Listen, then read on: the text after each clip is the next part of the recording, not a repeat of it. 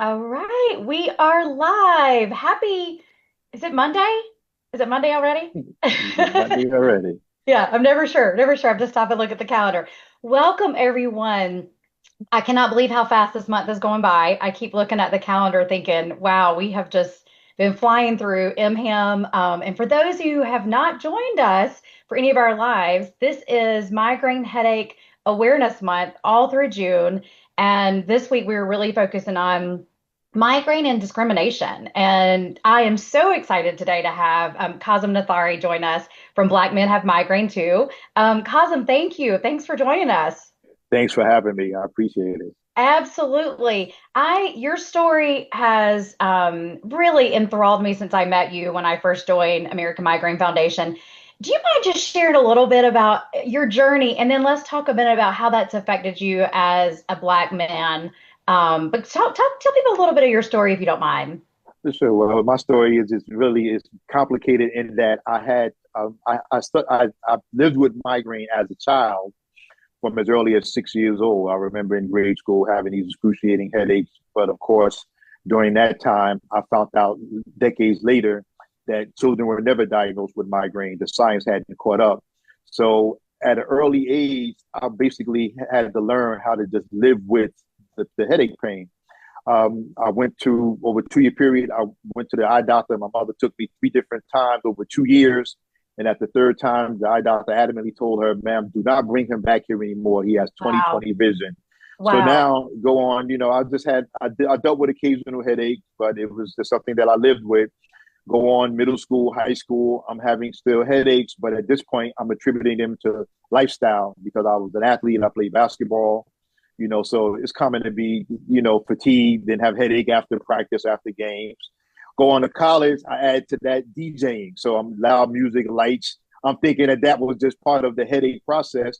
It wasn't until in my early 30s when I wasn't actively involved in those other things that I knew to cause headache, and I was still having them, and it got worse. And my primary at that point, at age 33, my primary diagnosed me with migraine. But it wasn't until my 39th year, a couple of months before my 40th birthday, that I had the most horrifying experience ever, where I thought I was having a stroke.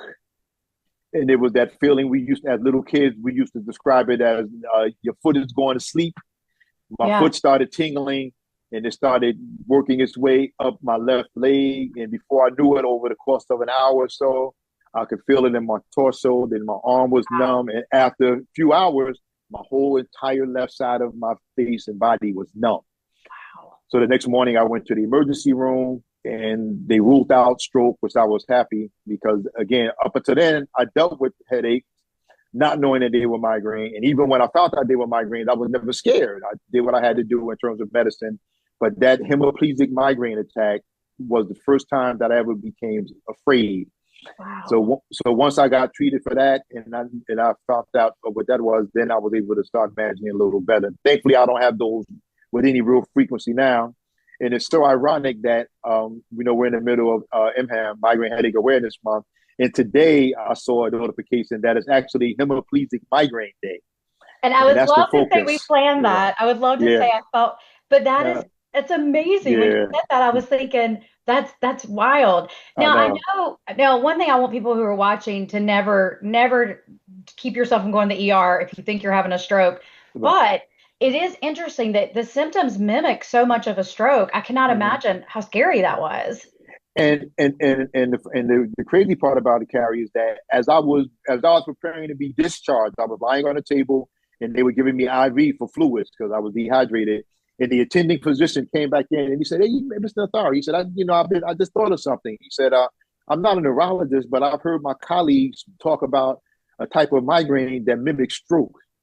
Wow. He says, "So I'm going to refer you to our neurology clinic over at Cooper Hospital, which is across the bridge from Philly where I lived. It was Cooper's in New Jersey. And that's where they diagnosed that I had hemiplegic migraine." So one of the takeaways from that, Carrie, is that one, it's very important when you're in an ER setting or any setting that you have an attentive physician. Because had he not paid attention to the history that I went over with him, that would have went right by. He would have just Wow. released me and I would have went back to life as usual. And then the second thing I take away from that is that when you get a referral, you have to follow up, even if you start to feel better. You just can't take for granted that it was a one-off and it's not going to happen. You got to go for the follow-up, because then that puts you at least in the line of treatment where you could manage whatever the issue may be. Yeah. Wow. Now, how often do you actually, how many of those attacks have you actually had that were that debilitating? Oh, I've had a bunch of them, but I can honestly say that I haven't had one now in 6 years. Wow. But I Wow. was getting them regularly. I was getting them where the episodes where even after the numbness went away, I would still be in a state of migraine for 2 or 3 days at a time. So I Wow. went through a stretch of like 2 years where I was having hemiplegic migraine weekly. Wow. Weekly, I was dealing with it. And that's really complicated, because when it gets to the point where you feel like you can't go any further with it, you're going to end up in the ER. And the worst thing to do is to end up in the ER that doesn't want to listen to a protocol that worked. Yeah. And I had that experience before, because when I went to Cooper once, when I had a hemiplegic attack, they gave me, protocol. I remembered exactly what it was. They wrote it down for me, and I made it, my business, that I was going to remember that if I ever had that situation again. So Yes. one time, after sitting in an ER for 8 hours under fluorescent light, it's freezing Oh, in there and everything. I sat there literally for 8 hours. I got to the back when they finally took me in, and they just assessed me, and I told them what worked. They looked at me and said, "Oh, we don't do that here." wow. They went in the back, came out, and I was so offended, because they went in the back and came out, and they had the white pill cup with an Imitrex in it, Oh my goodness. which I had a drawer full at I home, was about to say, you and, probably and had which those. and which did nothing. And at that point, that was my last ER trip that I ever made. At that point, I said I would vow I would never go to an ER again. I'll either talk to my neurologist, or tough it out. I'm not going. I would have to be literally feeling like it's life threatening for me to go into an ER, because Yeah. you don't get the quality of care when it comes to migraine. You just don't. Yeah. Yeah. It's interesting. Before we came on live, you and I were talking a little bit about the thing that has surprised me in this role for me is that how many doctors don't raise their hand and go, I actually don't know enough about migraine as a diagnosis because they maybe that wasn't their specialty or they may have heard it and going, well, that's an easy one. And it's Mhm. not overly complicated to diagnose, but it does get missed all the time. We know that. We hear from people who say it took years and years. You're a prime example of a kiddo sitting in a classroom struggling with migraine and no Mhm. one knowing. How tell me how all of that journey in your life, how has it brought you to where you are now to say, hey, I want to start this nonprofit, which we'll make sure we put a reference to it in the chat as well. But Sure. all about what made you start that? Well, what made me start this phase of the journey, which I've been on for 3 years now, is one morning I'm laying in the bed, and it was uh, just a horrible migraine stretch. And for the first time ever, I saw a feature on morning television on Good Morning America where they focused on migraine. And of the two people that they profiled in the feature, it was a Black woman. And I was so excited to actually, Hmm. one, see that it was covered in prime time. Two, to see that it was a person of color, because before then, in migraine advertising and things like that, I'd never seen anyone of color, be it male or female. So I was so inspired. I went to what used to be Twitter then, which is now known as something else, right? I went on and I sent a tweet to the doctor who series it was, and to the person who was profiled, and then her and I connected, and she interviewed me and told my story on her blog. And the title of her blog post with my story, which is still on her blog to this day, maybe about 4 or 5 years later, the story Wow. is called "Black Men Have Migraine Too." So I decided to use that title to launch my migraine advocacy and awareness work.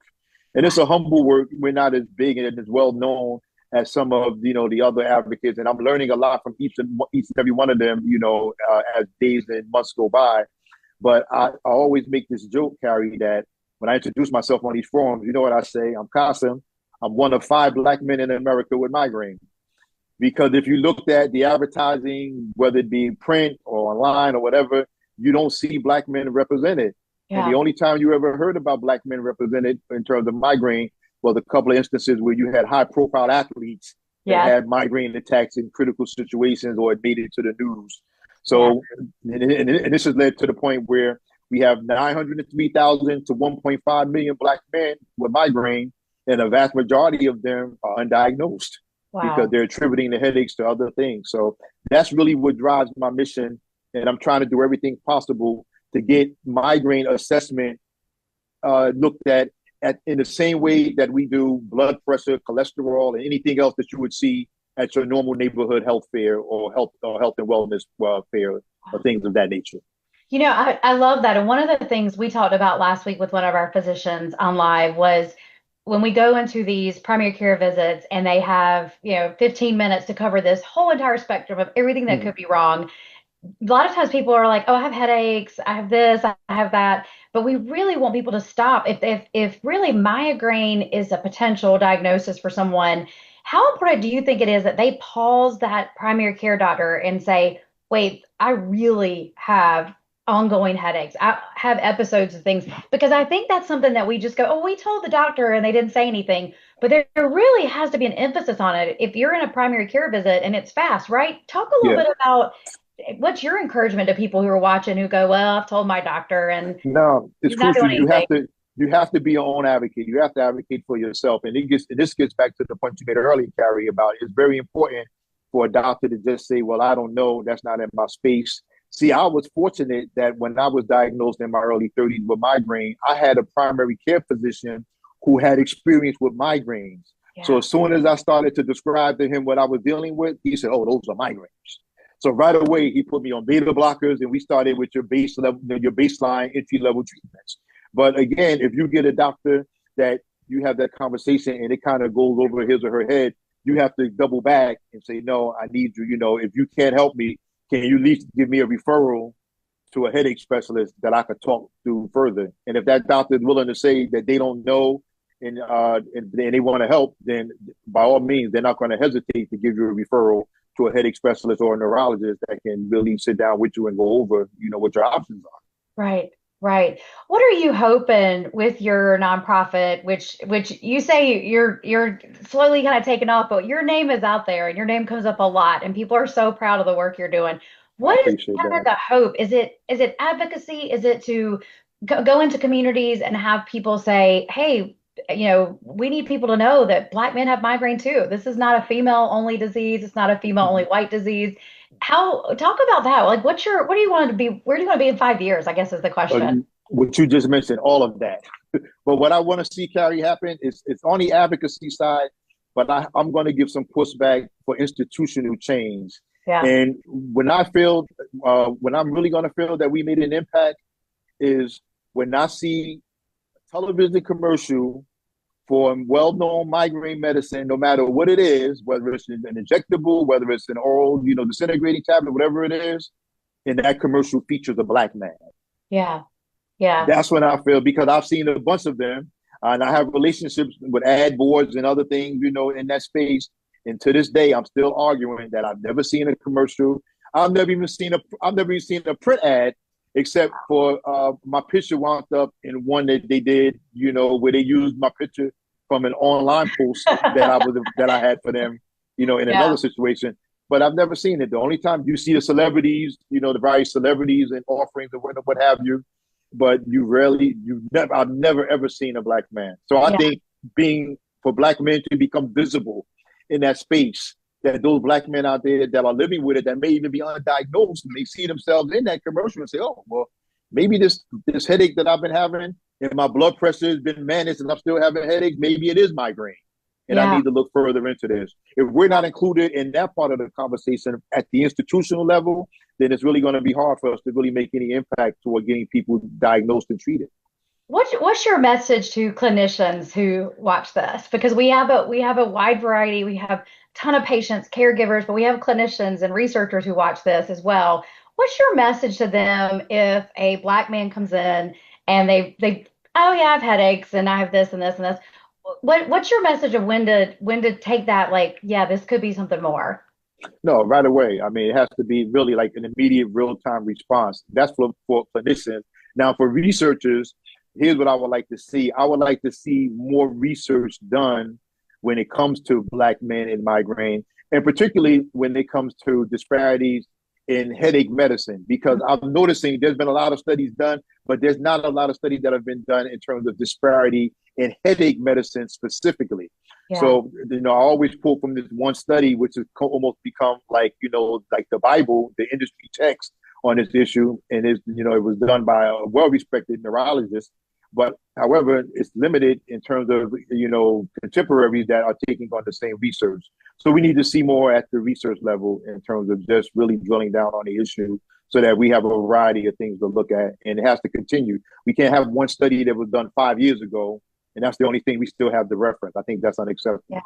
Yeah, absolutely. What's your message? I say this and you and I kind of joke, so no one starts sending me bad messages before or after this, but we know by nature men are a little tougher to get to the doctor, just by a little bit. Yeah. What's your message if your spouse, loved one, employee, employer, anybody that you see who may have some symptoms that how do we get these guys to go to the doctor and say, let's check it out and see if there really is something going on? Yeah, that's really a serious issue, Carrie. It's really something that resonates in the Black community, because there's the cultural stigma in Black communities about men talking about pain.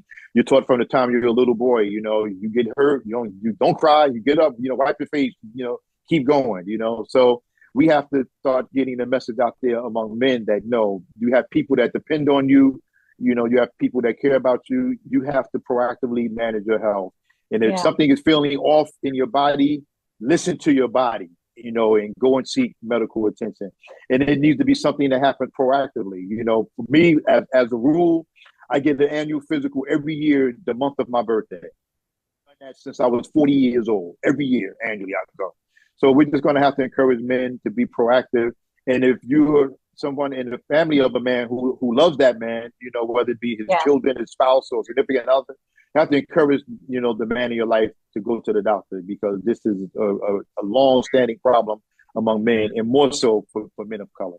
Yeah, I love that. Honestly, it's kind of always the running joke from forever. Men don't like to go to the doctor, but I love that encouragement. I think you being the face of the organization you are is going to make an impact, because when I first met and you started talking about athletes, and I thought about young boys being pushed to play in sports and having this pain, and no one saying, they're like, oh, you're fine. You're just exactly puffing up or do this. But there is really and truly a seriousness of even parents listening to their kids and knowing that when something, because there is a pain level. We have families call us and their kiddos are in school and they're having a hard time with the lights, like you talked about in the ER, and they're having a hard time paying attention, and they're like, well, their eyesight seems fine. And so I actually think that's a strong message too for parents who may not be thinking about that, to say, hey, roll that out. There really could be something going on.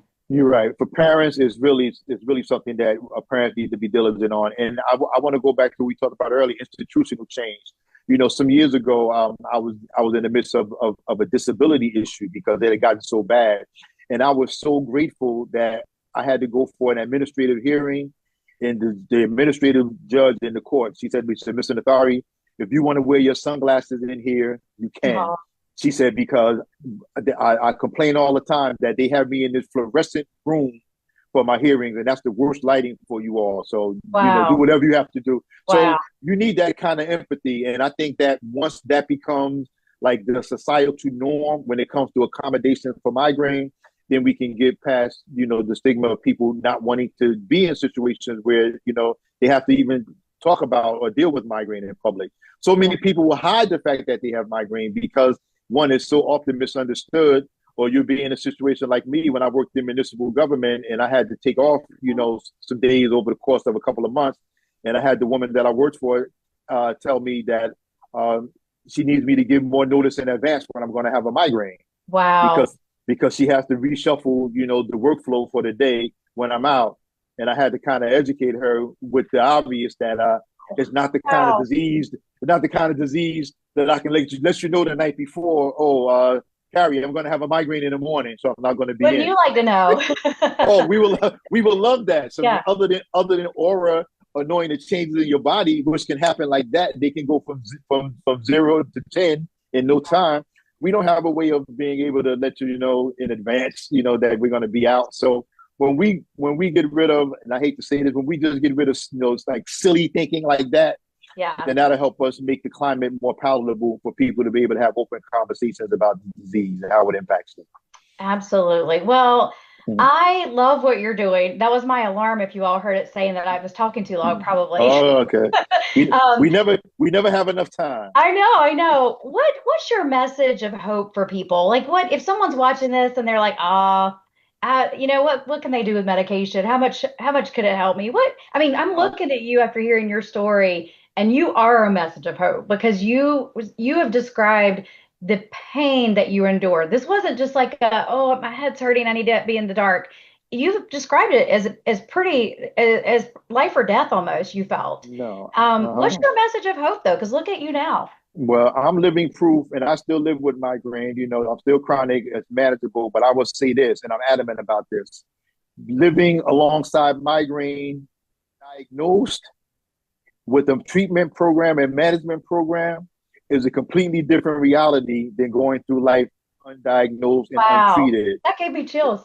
It's night or day because it's a miserable existence if you live with migraine and you don't have any treatment program, any management program. You're just out there winging it day to day with a roll of the dice. So Wow. I tell anybody, yeah, there may be no cure for migraine that's known yet, and I hope someday they find a cure. But in the meantime, there's some amazing treatment and management options that are available that can meet you at whatever phase you are in your life and will give you a much better chance for a quality of life living with migraine. So Wow. I, I Well, want I want to that end is with the that. best quote. That's the best Yeah. quote of MHAM so far is, I mean, I'm really serious. Living with it, diagnosed is so much better. It doesn't mean it's Yeah. easy. No, but it's not. But it's night and day. It's not. It's night. It's like a journey in a dark room or a journey in a room with a light on. Yeah. Wow. Is that stark of a difference. Well, I can't think of a better way to close this session because that is so well said. Thank you so much. Feel free also if people put comments in today, people can feel free to put comments towards you. I know you are on our Facebook. Redirect them to your site. I'll also put a link to, I know I follow you on Instagram.